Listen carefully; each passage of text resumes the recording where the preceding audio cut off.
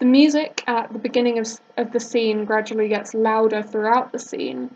It's non-diegetic music, meaning that only the audience can hear it and the people within the scene cannot.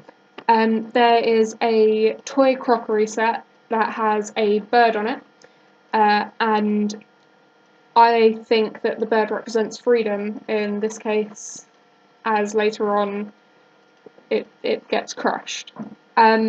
The female doll looks very ragged and slightly insane, with all the hair pulled out and the clothes and the eyes like being black. It just gives it a very eerie, creepy feel to it. Whereas the male doll looks very crisp and very new, and I believe that this represents Daniel Radcliffe's character throughout the film.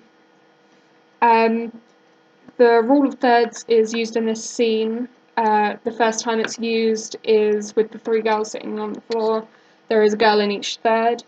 Then the tucking of the doll into bed, in my opinion, represents death, because you're saying goodnight to the doll, or you're saying goodbye to the doll because you're putting it away.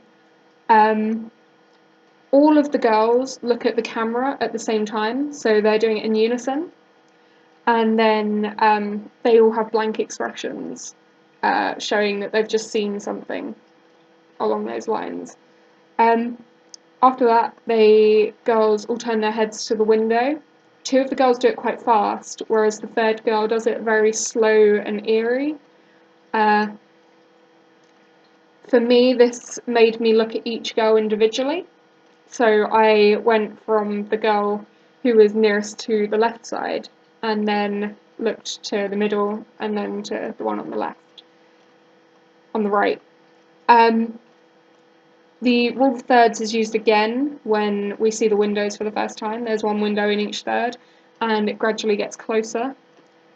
The girls stand up, and one of them drops a cup. The cup smashes on the floor, and then the girls tread on the tea set. This represents loss of freedom because they are under the influence of the woman in black, who is controlling them to kill themselves. The doll is also crushed. The female doll whose hair was getting brushed. One of the girls stood on her, and her face crushed. I believe this represents loss of innocence, and also it represents the fact that most of the children dying within the film are female. They all open the window in unison, and they all jump out of the window in unison. The window is swaying to give it an eerie, creepy feel, and then the last part of the scene is a woman screaming and saying, "My babies." This tells us that the children are in fact dead. So.